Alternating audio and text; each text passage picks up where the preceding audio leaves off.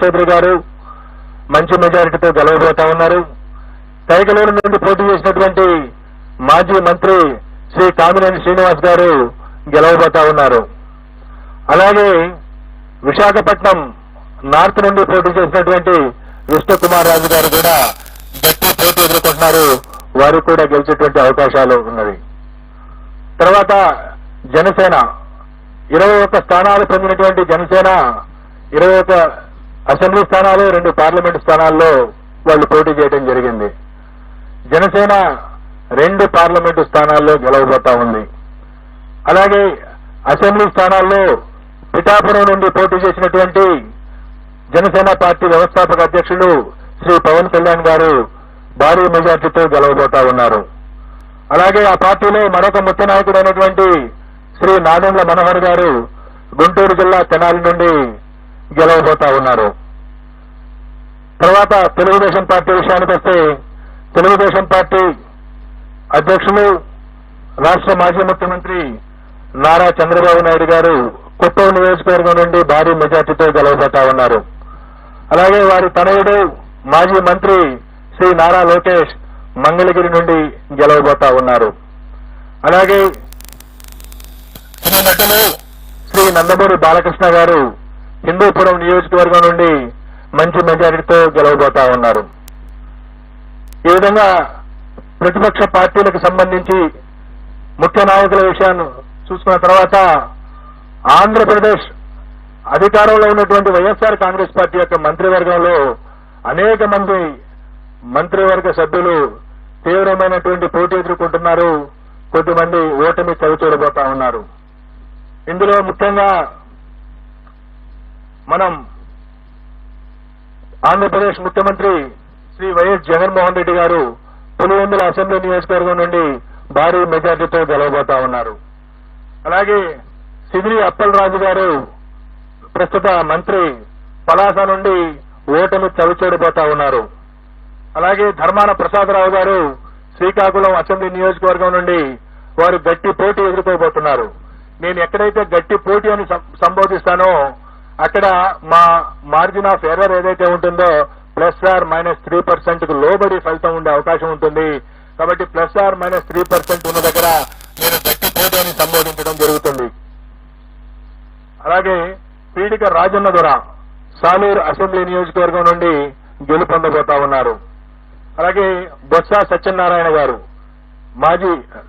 ప్రస్తుత మంత్రి మాజీ పిసిసి అధ్యక్షులు చీపురుపల్లి అసెంబ్లీ నియోజకవర్గం నుండి మంచి మెజారిటీతో గెలుపొందబోతా ఉన్నారు. అలాగే గుడివాడ అమర్నాథ్ గారు రాష్ట్ర ఐటీ శాఖ మంత్రులు గుడివాడ అమర్నాథ్ గారు గతంలో అనకాపల్లి నుండి ప్రాతినిధ్యం వహించారు. ప్రస్తుతం గాజువాక నుండి పోటీ చేస్తున్నారు. వారు ఓటమి చవిచూడబోతా ఉన్నారు. అలాగే పినిపే విశ్వరూప్ గారు వారు అమలాపురం శాసనసభ నుండి పోటీ చేస్తున్నారు. వారు గెలవబోతా ఉన్నారు. అలాగే కారుమూరి నాగేశ్వరరావు గారు వారు తణుకు నుండి ప్రాతినిధ్యం వహిస్తా ఉన్నారు. వారు రాష్ట్ర మంత్రి. వారు ఓటమి చవిచూడబోతా ఉన్నారు. అలాగే చెల్లిపోయిన వేణుగోపాల్ గారు రాజమండ్రి రూరల్ నుండి ప్రాతినిధ్యం వహిస్తా ఉన్నారు. మంత్రి. వారు కూడా ఓటమి చవిచూడబోతా ఉన్నారు. దాడిశెట్టి రాజా వారు తుని అసెంబ్లీ నియోజకవర్గం నుండి ప్రాతినిధ్యం వహిస్తా ఉన్నారు. వారు గెలవబోతా ఉన్నారు. అలాగే పొట్టు సత్యనారాయణ రాష్ట్ర దేవాదాయ ధర్మాదాయ శాఖ మంత్రులు వారు తాడేపల్లిగూడెం నుండి వారు పోటీ చేసి ఉన్నారు. వారు ఓటమి చవిచూడబోతా ఉన్నారు. అలాగే శ్రీమతి తానేటి వనిత ప్రస్తుత ఆంధ్రప్రదేశ్ యొక్క హోంశాఖ మంత్రులు వారు గోపాలపురం నుండి గెలవబోతా ఉన్నారు స్వల్ప ఆధిక్యతతో. అలాగే జోగి రమేష్ గారు ప్రస్తుత రాష్ట్ర మంత్రి. వారు పెనమలూరు నియోజకవర్గం నుండి గతంలో పెడన నియోజకవర్గం నుండి శాసనసభ్యులుగా ఉన్నారు. ఈ ఎన్నికల కోసం పెనమలూరు నుండి పోటీ చేశారు. వారు గట్టి పోటీ ఎదుర్కొనబోతా ఉన్నారు. అలాగే అంబటి రాంబాబు గారు గుంటూరు జిల్లా ఇప్పటి పల్నాడు జిల్లా సత్తెనపల్లి నియోజకవర్గం నుండి ప్రాతినిధ్యం వహిస్తున్నారు. రాష్ట్ర జలవనరుల శాఖ మంత్రులు. వారు గట్టి పోటీ ఎదుర్కొనబోతా ఉన్నారు. అలాగే శ్రీమతి విడుదల రజని గతంలో చిలకలూరుపేట నియోజకవర్గం నుండి ప్రాతినిధ్యం వహించారు. ప్రస్తుతం గుంటూరు పశ్చిమ నియోజకవర్గం నుండి పోటీ చేస్తున్నారు. వారు గట్టి పోటీ ఎదుర్కొంటున్నారు. స్వల్ప తేడాతో ఓటమి చవిచూసే అవకాశం ఉంది. శ్రీ మేరుగ నాగార్జున గారు గతంలో గుంటూరు జిల్లా వేమూరు నియోజకవర్గం నుండి ప్రాతినిధ్యం వహించారు. ప్రస్తుతం ప్రకాశం జిల్లా సంతనూతలపాడు నుండి పోటీ చేస్తున్నారు. వారు గట్టి పోటీ ఎదుర్కొంటున్నారు. వారు స్వల్ప ఆధిక్యతతో గెలిచేటువంటి అవకాశం ఉంది. అలాగే ఆదిమూలపు సురేష్ గారు గతంలో విద్యాశాఖ మంత్రిగా, పట్టణాభివృద్ధి శాఖ మంత్రిగా పనిచేస్తున్నారు.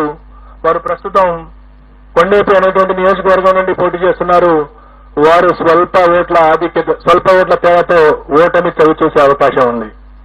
అలాగే తాకాని గోవర్ధన్ రెడ్డి గారు ప్రస్తుత రాష్ట్ర వ్యవసాయ శాఖ మార్చులు సర్వేపల్లి నుండి పోటీ చేస్తా ఉన్నారు. వారు గెలిచేటువంటి అవకాశం ఉన్నది. అలాగే బుగ్గన రాజేంద్రనాథ్ రెడ్డి గారు ఆర్థిక శాఖ మార్చులు, వారు కర్నూలు జిల్లా డోన్ నుండి ప్రాతినిధ్యం వహిస్తా ఉన్నారు. వారు గెలిచే అవకాశం ఉన్నది. అలాగే కె అహ్మద్ బాషా గారు రాష్ట్ర ఉప ముఖ్యమంత్రి కడప అసెంబ్లీ నియోజకవర్గం నుండి పోటీ చేస్తా ఉన్నారు. వారు ఈ ఎన్నికల్లో స్వల్ప ఆధిక్యతతో గెలిచే అవకాశం ఉన్నది. శ్రీ పెద్దిరెడ్డి రామచంద్రారెడ్డి గారు సీనియర్ మంత్రివర్యులు పొంగనూరు అసెంబ్లీ స్థానం నుండి ప్రాతినిధ్యం వహిస్తా ఉన్నారు. వారు ఈ ఎన్నికల్లో భారీ మెజార్టీతో గెలిచేటువంటి అవకాశం ఉన్నది. అలాగే శ్రీమతి ఉషశ్రీ చరణ్ అనంతపురం జిల్లా పెనుగొండ నుండి పోటీ చేస్తా ఉన్నారు. వారు అతి స్వల్ప తేడాతో ఓటమి చవిచూసేటువంటి అవకాశం ఉన్నది. అలాగే గుమ్మనూరు జయరాం గారు, వారు వైఎస్ఆర్ కాంగ్రెస్ పార్టీ వైఎస్ జగన్మోహన్ రెడ్డి గారి మంత్రివర్గంలో మంత్రిగా ఉంటూ సీట్ల సర్దుబాటులో వైఎస్ఆర్ కాంగ్రెస్ పార్టీ నుండి బయటికి వెళ్లి తెలుగుదేశం పార్టీలో చేరి అనంతపురం జిల్లా గుంతకల్లి నుండి పోటీ చేయడం జరిగింది. తెలుగుదేశం పార్టీ అభ్యర్థిగా వారు గుంతకల్లి నుండి ఓటమి చవి చూడనున్నారు. అలాగే శ్రీమతి ఆర్కే రోజా ప్రముఖ సినీ నటి అండ్ మంత్రివర్యురాలు, వారు చిత్తూరు జిల్లా నగరి నియోజకవర్గం నుండి ఓటమి చవి చూడబోతా ఉన్నారు.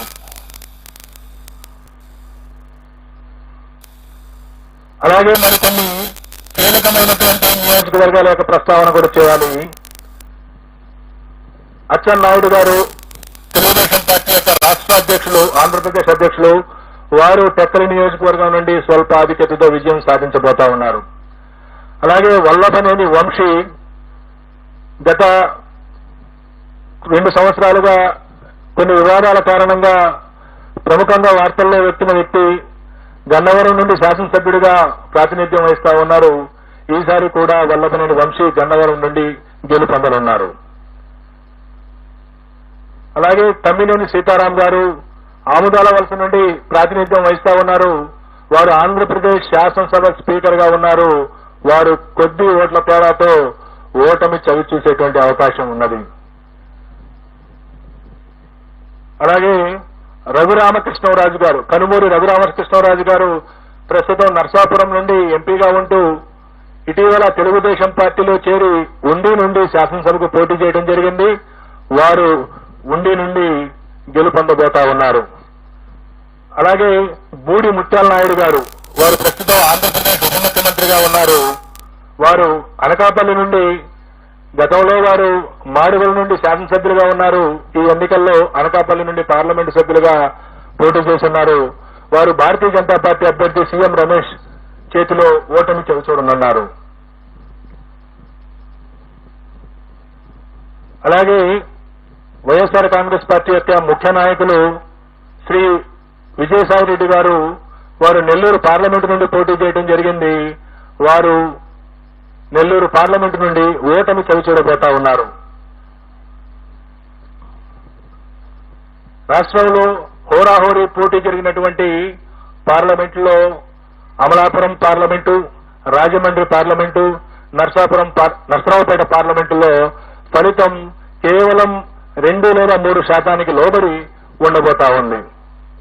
ఈ విధంగా రాష్ట్రంలో ఉన్నటువంటి 4 రాజకీయ పార్టీల యొక్క ముఖ్య నాయకుల యొక్క గెలుపు ఓటముల్ని మనం చర్చించుకున్న తర్వాత ఈ ఎన్నికల్లో కీలకమైనటువంటి అంశాలను కూడా నేను ప్రస్తావించవలసి ఉంటుంది.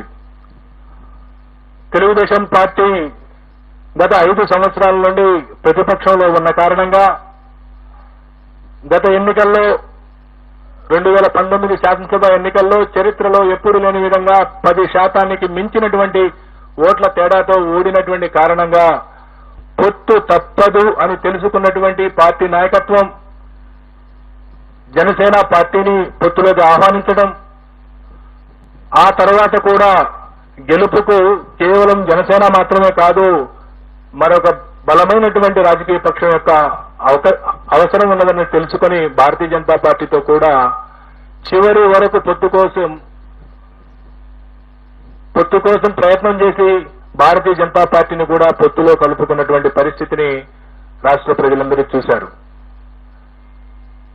ఒకవైపు ఈ రాష్ట్ర ముఖ్యమంత్రి వైఎస్ఆర్ కాంగ్రెస్ పార్టీ అధ్యక్షుడు వైఎస్ జగన్మోహన్ రెడ్డి సంక్రాంతి నాటికే అభ్యర్థుల్ని 90% మందిని ప్రకటించేసి నియోజకవర్గాల వారీగా